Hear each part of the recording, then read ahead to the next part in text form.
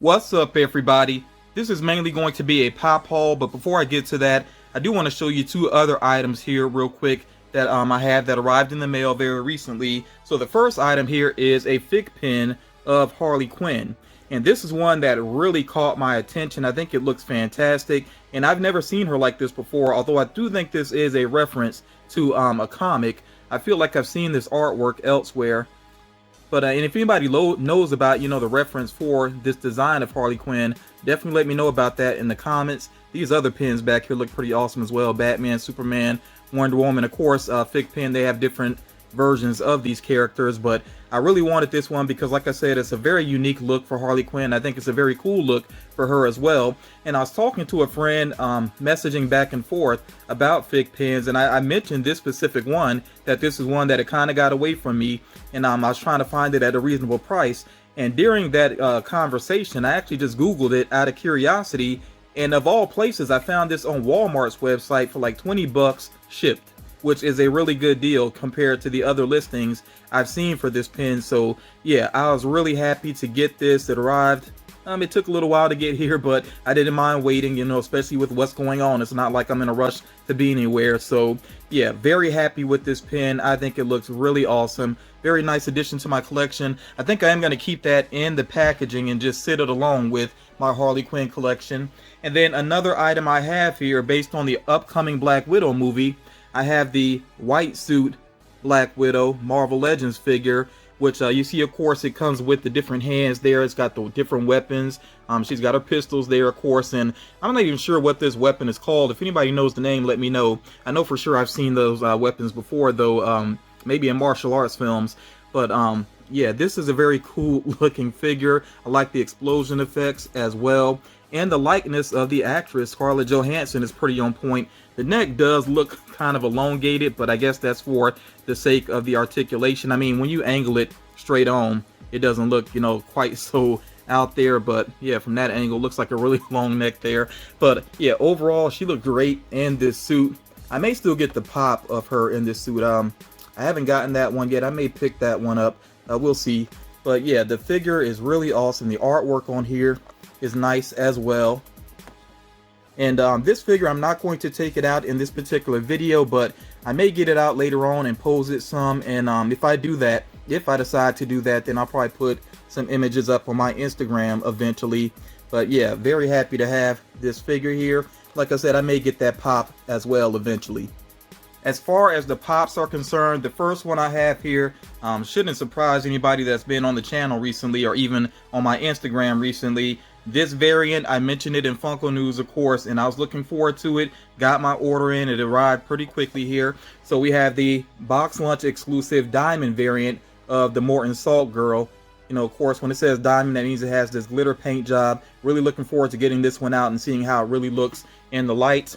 And of course, I'm going to show you all the pops here quickly, and then I'll actually unbox them. So that's the first one we're going to take a look at. Again, the box launch exclusive Morton Salt Girl, which should still be available. As a matter of fact, all the pops I'm showing you here, you should be able to order these yourself if you're interested in them.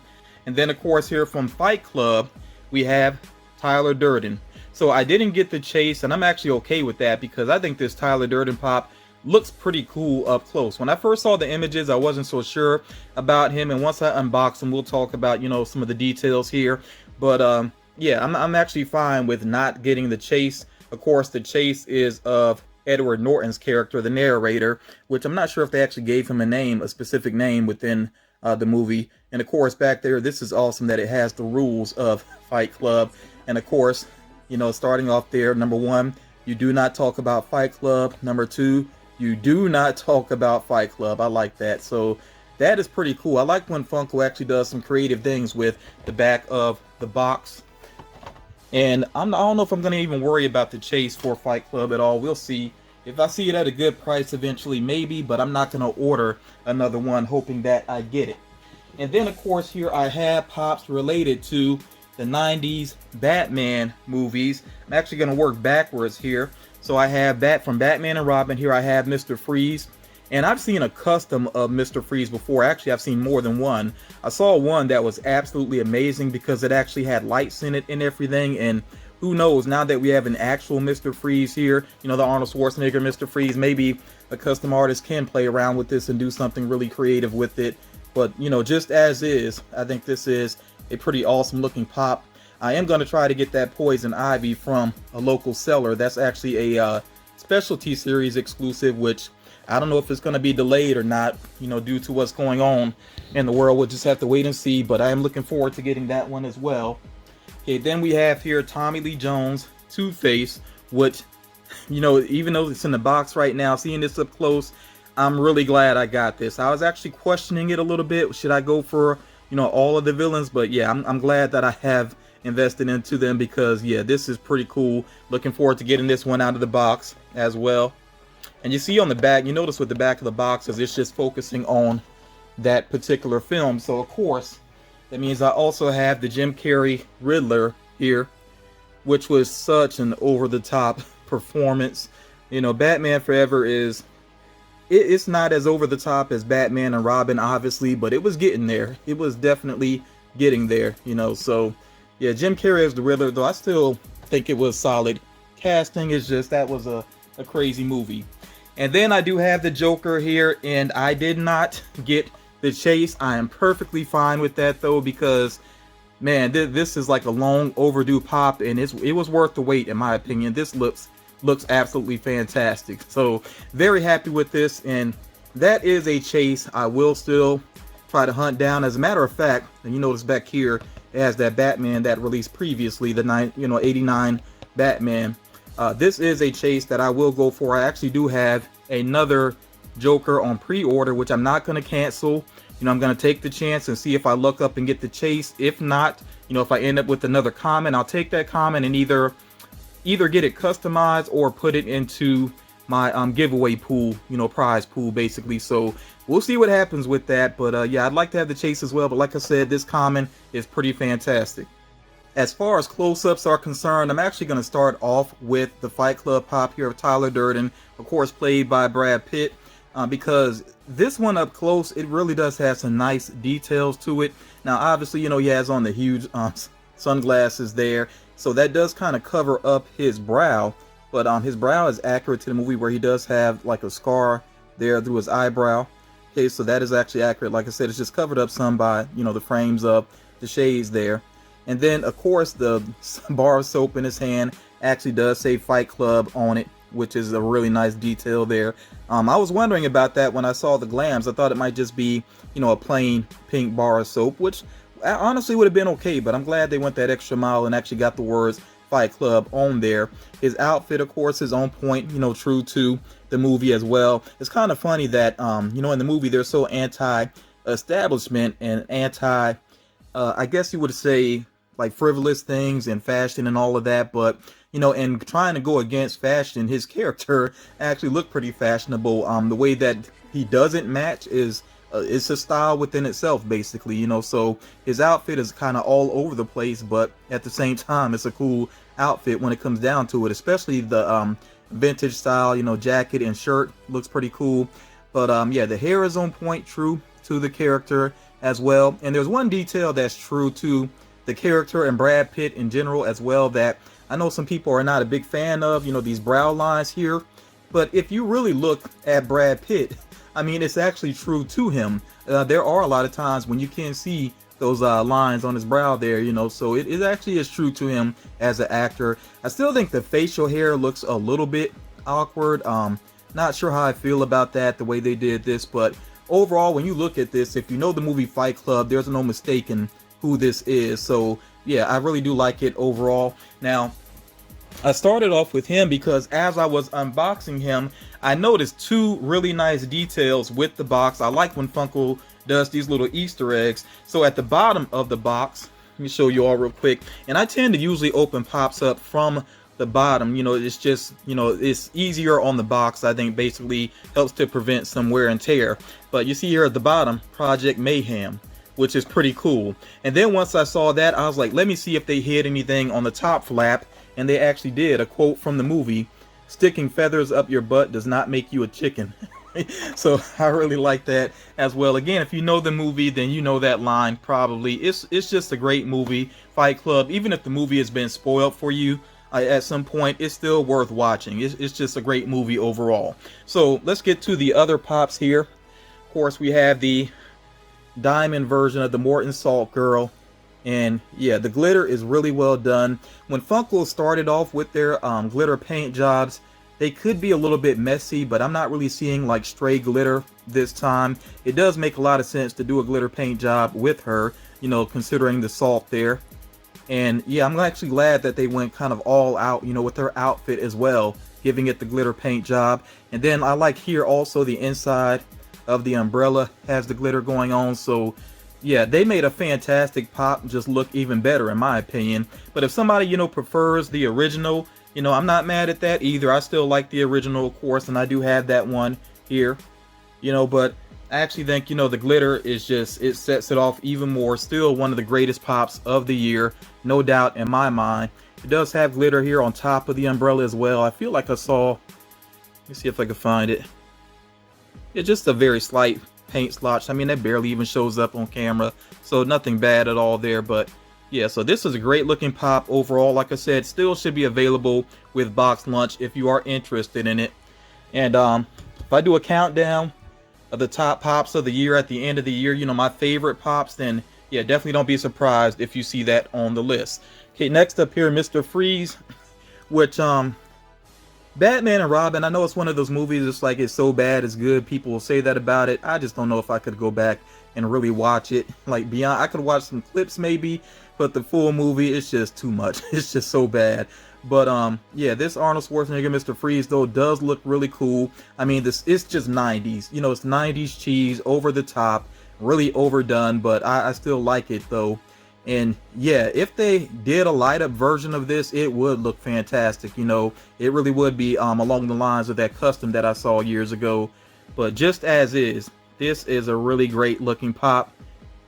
Yeah, I do like that. I even like how with the helmet, again, it's true to the movie, how it has like some extra space. It's not like right up against his head. I like that look. So yeah, cool pop overall, no pun intended there, of course, because we know that movie way overdid it with the puns.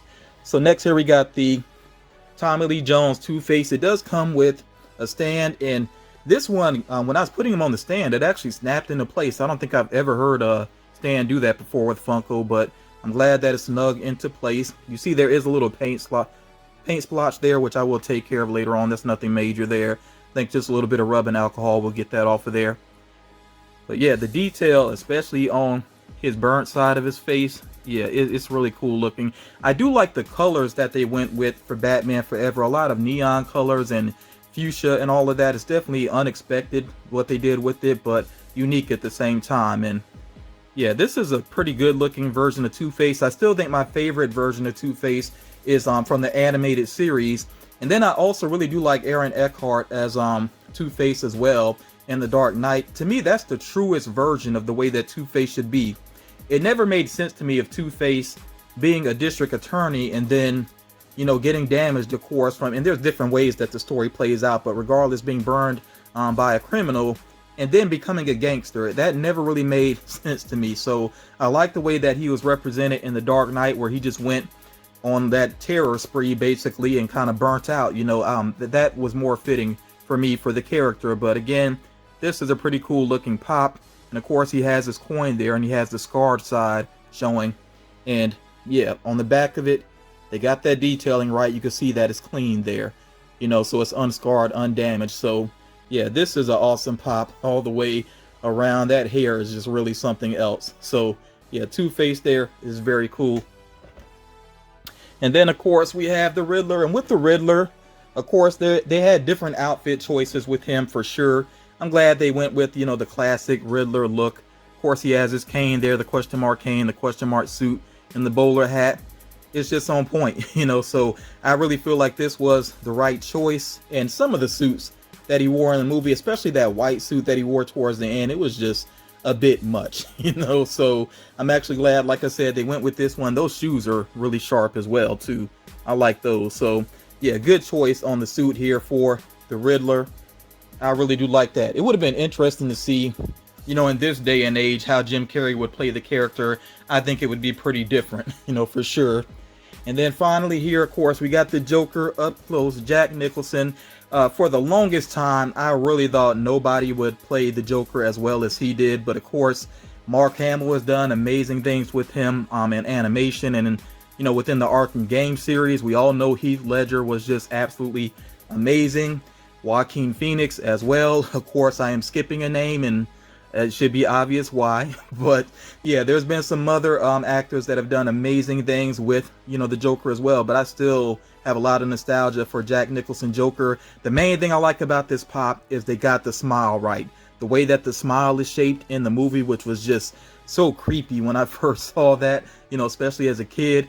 They got that right though. So this really does evoke Jack Nicholson. I like the lines on the face there as well, up under his eyes and all of that. And I like that his teeth are showing. It's just cool all the way around. So yeah, and the coat as well with the tails there, he just looks sharp. Check out the shoes. Yeah, I really like this one. Now this one doesn't come with the stand. Two-Face and the Riddler did. I kind of feel like this one should have had a stand as well, because the head, like most pops, is very heavy, but it's also weighted some on the back. So it does want to lean back and feel like it, feels like it wants to fall. If you're an inbox collector, not a big deal, but I actually want to have this one displayed out for a while, but I guess I have to lean it against the box to make that happen. But regardless, really happy with this pop, and I'm looking forward to getting Danny DeVito's Penguin and Michelle Pfeiffer's Catwoman. Those just haven't been available just yet, but I'm gonna get those. I'm gonna get Poison Ivy as well, and then I will have all these 90s Batman villains together. I do want to hear from you all, of course, what you think about the items that I shared within this video. If you have any of these in your collection, or you plan on picking any of these up, what you think about the designs, just anything you want to share relating to the items that I picked up here. And in general, what you've just added to your collection or what you're going after in the near future here, share that with me. I know a lot of people are hyped about the pops, based off the Mandalorian, especially all those different variants of the child, so there's definitely things to look forward to as far as collecting is going. And that, I'm very thankful for it, to have this hobby, especially during this time, and that it's a hobby I can keep going, even during this time in the world. So I definitely appreciate it. But yeah, thank you all for taking the time to check this out. I look forward to reading your comments. Drop a like on the video if you've not already done so. That's very much appreciated. And I'll talk to you all again real soon.